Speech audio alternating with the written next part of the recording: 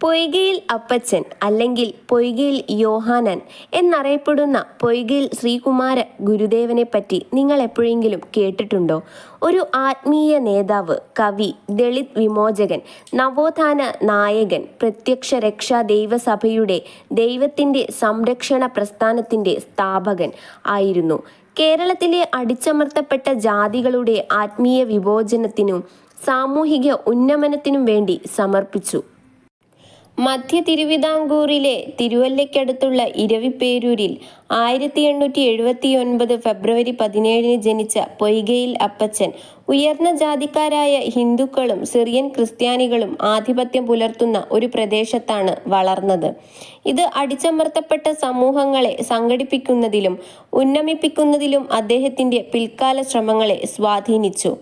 Christian കുടുംബങ്ങൾക്ക് അടിമപ്പണിക്കാരായിരുന്നു അദ്ദേഹത്തിൻ്റെ മാതാപിതാക്കൾ. കുട്ടിക്കാലത്ത് അവർ ആ ആൺകുട്ടിക്ക് കുമാരൻ എന്ന് പേരുണ്ടാക്കി. അദ്ദേഹം തൻ്റെ പേര് യോഹനാൻ എന്ന് ആക്കി.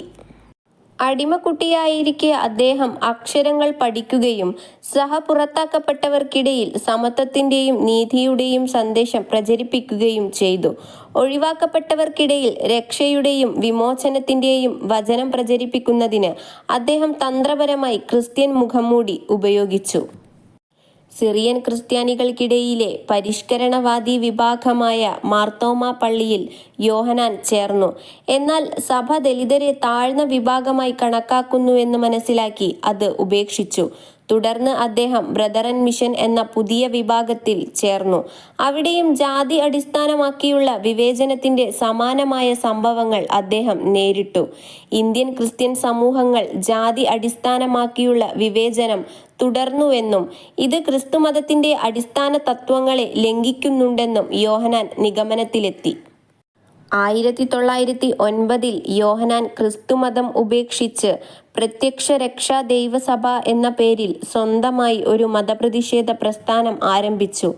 പിന്നീട് അദ്ദേഹം പൊയ്കയിൽ അപ്പച്ചൻ അല്ലെങ്കിൽ കുമാര ഗുരുദേവൻ എന്നറിയപ്പെട്ടു.